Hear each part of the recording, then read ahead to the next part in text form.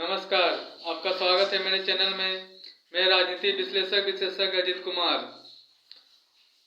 भारत विश्व का सबसे बड़ा लोकतांत्रिक देश है और भारत का संविधान विश्व का सबसे बड़ा लिखित संविधान है और भारत के संविधान के द्वारा देश के प्रत्येक नागरिकों को जो 18 साल पूरा कर चुके हैं उनको वोट देने का अधिकार प्रदान किया है। आज़ादी के पहले कांग्रेस पार्टी एक लोकतांत्रिक पार्टी हुआ करती थी, लेकिन आज़ादी के बाद एक विशेष परिवार ने कांग्रेस पार्टी को अपने अधिकार क्षेत्र में ले लिया और इसे अपने अधीन करके कांग्रेस पार्टी के सर्वेसर्वा बन गए हैं। इस चीज को सबसे पहले डॉक्टर श्यामा प्रसाद मुखर्जी ने समझा और कांग्रेस को छोड़कर उन्होंने खुद की पार्टी बनाई, जिसका नाम उन्होंने जनसंघ रखा। कांग्रेस पार्टी पारिवारिक पार्टी होने के कारण जो नेता इससे असंतुष्ट थे, उन्होंने धीरे धीरे कांग्रेस से अलग होते हुए खुद की पार्टी बनाई। देश में जितने भी कांग्रेस नामित पार्टी है वो सभी कांग्रेस के ही सदस्य थे और 1980 के बाद देश में पारिवारिक पार्टियों की बाढ़ सी आ गई। पारिवारिक पार्टी को हम राजतांत्रिक पार्टी भी कह सकते हैं।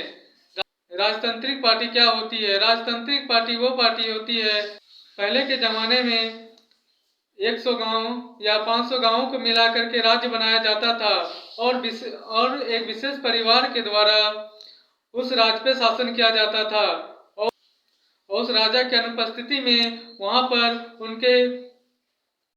उनके बेटे राजा होते थे और इस तरह पीढ़ी दर पीढ़ी वंशवाद के आधार पर शासन इन राज्यों में राजा करते थे, जिसे राजतंत्र कहा जाता है। आज की पार्टियों को आप देख लो तो इसी बेस पर आधारित है।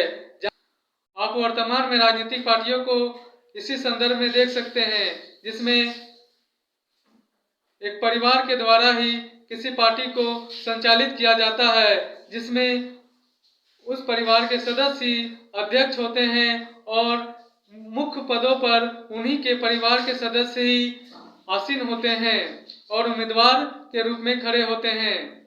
आजादी के बाद से लेकर 2014 तक के पीरियड में ऐसी पार्टियों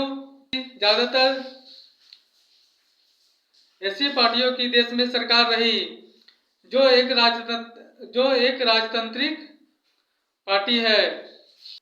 आजादी के बाद से लेकर 2014 तक देश की जनता के पास कोई ऑप्शन नहीं था कि वोट वो किसी लोकतांत्रिक पार्टी को करे, क्योंकि सभी पार्टियां राजतांत्रिक पार्टियां ही है।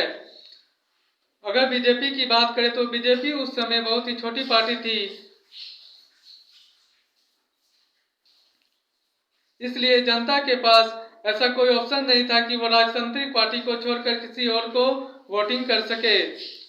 देश में पहला चुनाव 1951-52 में हुआ। उस समय देश में एक ही पार्टी थी, कांग्रेस पार्टी, और एक ही प्रधानमंत्री के उम्मीदवार थे, पंडित जवाहरलाल नेहरू।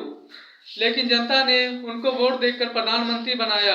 अगर जनता वोट नहीं देती तो भी वो कांग्रेस पार्टी की ही सरकार बनती और पंडित जवाहरलाल नेहरू देश के प्रधानमंत्री बनते। अगर जनता की वोटिंग का वैल्यू देखे तो यहाँ पर 0 है। जहाँ पर सिर्फ राजतांत्रिक पार्टी को ही जनता वोटिंग कर सके, ऐसे में क्या आप देश को पूर्ण लोकतंत्र कहेंगे? कमेंट करके जरूर बताएं। इन सबों के बीच में आजादी के कुछ सालों के बाद हिमालय पर्वत की तरह अटल रहते हुए एक व्यक्ति ने देश में लोकतंत्र की ज्योत को जगाए रखा, जिसका नाम आदरणीय अटल बिहारी वाजपेयी हैं। ये ज्योत आज पूर्ण सूर्य का रूप धारण कर चुके हैं, जो 2014 के बाद देश में सरकार बनाई है।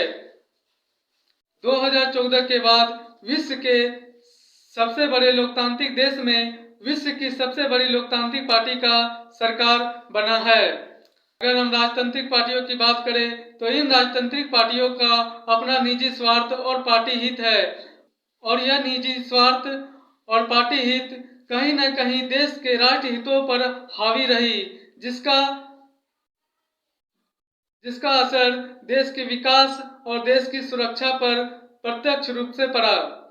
जनता के पास राजतांत्रिक पार्टियों को वोटिंग करने के अलावा कोई ऑप्शन नहीं होने के कारण भी देश में सबसे ज्यादा शासन कांग्रेस पार्टी ने की है और इन पार्टियों के स्वार्थ के कारण देश का विकास जितनी तेजी से होनी चाहिए उतनी तेजी से नहीं हो पाई। धन्यवाद।